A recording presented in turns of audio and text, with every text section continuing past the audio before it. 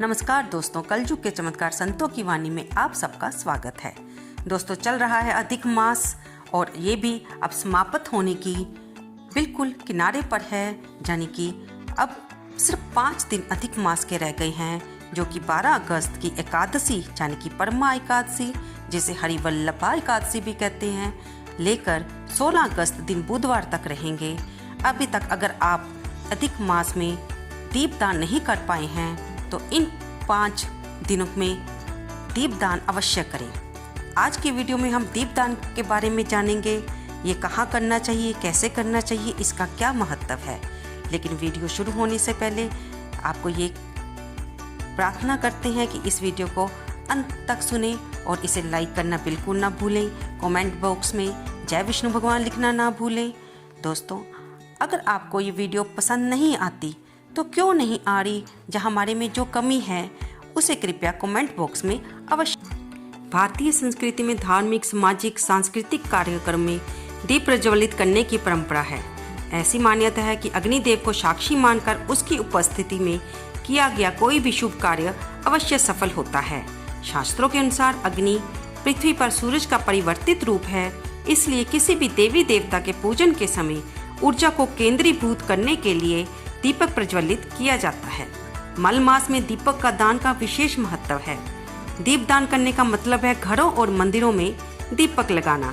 ऐसी मान्यता है कि मल मास यानी कि पुरुषोत्तम मास यानी कि अधिक मास में दीपदान करने से जातक के जीवन की परेशानियां समाप्त होती हैं, नकारात्मक ऊर्जा दूर होकर सकारात्मक ऊर्जा का संचार होता है, घर के सदस्यों को यश एवं प्रसिद्धि मिलती है और जीवन का अंधकार मिटता है।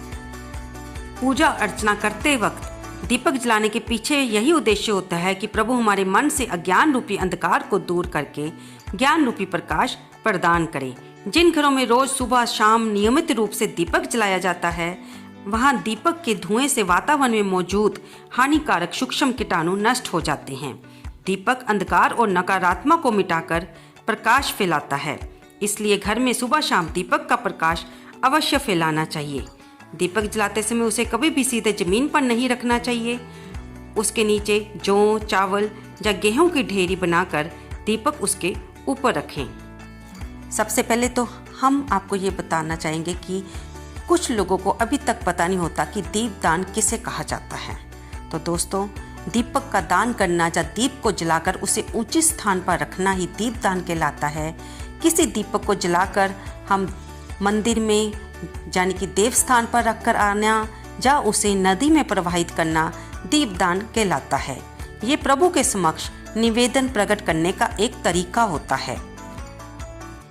हमें दीपदान कहाँ करना चाहिए, तो इसके बारे में भी हम आपको इसी वीडियो में बताएंगे कि देव मंदिर में यानी कि मंदिर में, चाहे वो शिवालय हो या फिर देवी माता का मंदिर हो या हनुमान जी का मंदिर हो, आपके किसी भी सनातन धर्म से संबंधित किसी भी देवी देवता का मंदिर हो, उसमें अगर हम दीपक प्रज्वलित करके आते हैं तो उसे दीपदान कहते हैं।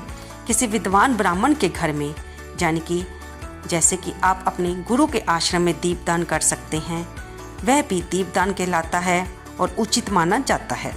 आप नदी के किनारे में दीपदान कर सकते हैं या फिर नदी में भी पीपल के पत्ते के ऊपर आटे का दीपक बनाकर उसे दीपदान कर सकते हैं। आप खाली आकाश के नीचे अपने देवी देवता को याद करते हुए उनकी याद में निमित्त भूमि पर धान के ऊपर दीपदान कर सकते हैं।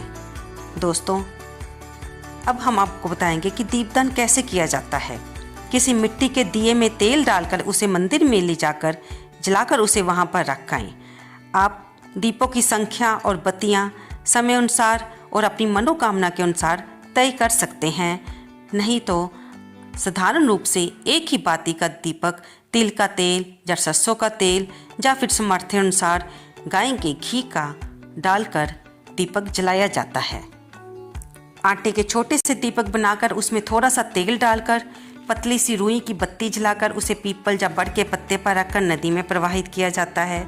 देव मंदिर में दीपक को सीधा भूमि पर नहीं रखते हैं, उसे सप्त धान या चावल के ऊपर ही रखते हैं। भूमि पर रखने से भूमि को आघात लगता है, ऐसा माना जाता है। दीपदान कब किया जाता है? सुबह स्नान के समय और व्रत के दिन हम दीपदान करते हैं।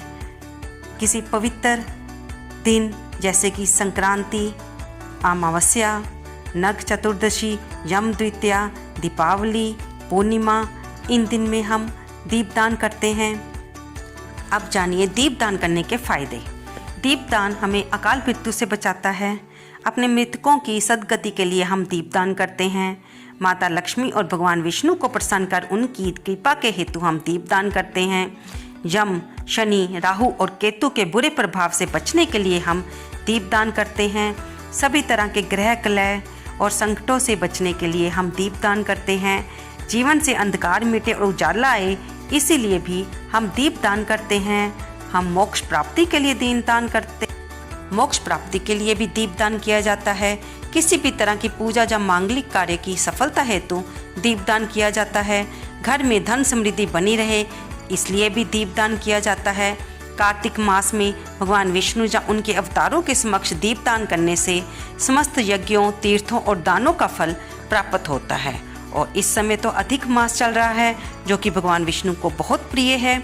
इस मास में भी आप भगवान विष्णु और माँ लक्ष्मी की कृपा पाने के लिए मंदिरों में या पवित्र वृक्षों के नीचे या नदी पे किसी तीर्थ स्थान में अपने गुरु के आश्रम में दीपदान कर सकते हैं। तो दोस्तों, इस बार क्योंकि अधिक मास सावन के महीने में आया है तो भगवान शिव की कृपा भी आप पर बनी रहे, इसलिए आप शिवालय में जाकर भी दीपदान अवश्य करें। उसका भी आपको बहुत ही पुण्य मिलेगा।